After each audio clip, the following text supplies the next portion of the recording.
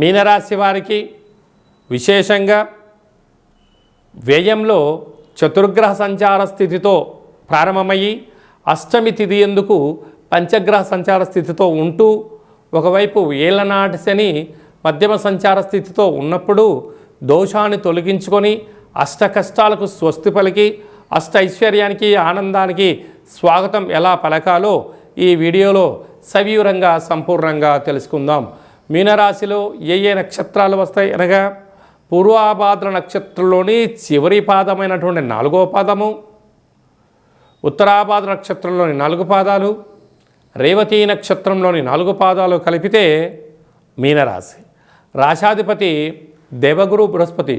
వీరికి రాశిలోనే శని భగవానుడు అర్ధాష్టమ గురు సంచార స్థితి 12 సంవత్సరాల తర్వాత ఇలా జరగడం వలన ఒక్కొక్కసారి మీ జీవితము ఉక్కిరిబిక్కిరి అవుతూ ఉంటుంది. నేను ఇంత కష్టపడుతున్నాను, ఏమీ సాధించలేకపోతున్నాను.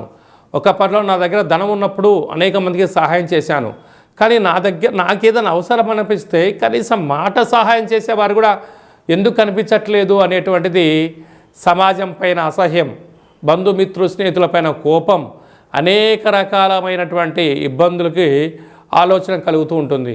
కానీ ఇది తాత్కాలికమే అని మీకు తెలిసినను గ్రహ సంచార స్థితి అనుకూలంగా లేనప్పుడు ఇది నా ఒక్కడికే జరుగుతుంది, ప్రపంచంలో ఎవరికి జరగట్లేదు అన్న భావన మీకు కలుగుతూ ఉంటుంది.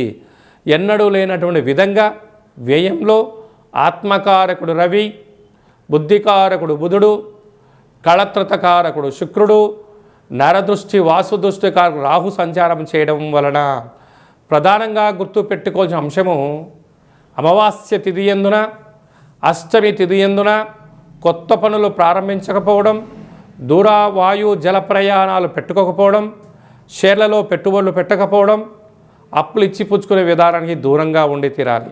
లేకపోతే భారీగా నష్టపోవడం, వాహన ప్రమాదాలు, యంత్ర ప్రమాదాలు పొంచి ఉన్నాయి.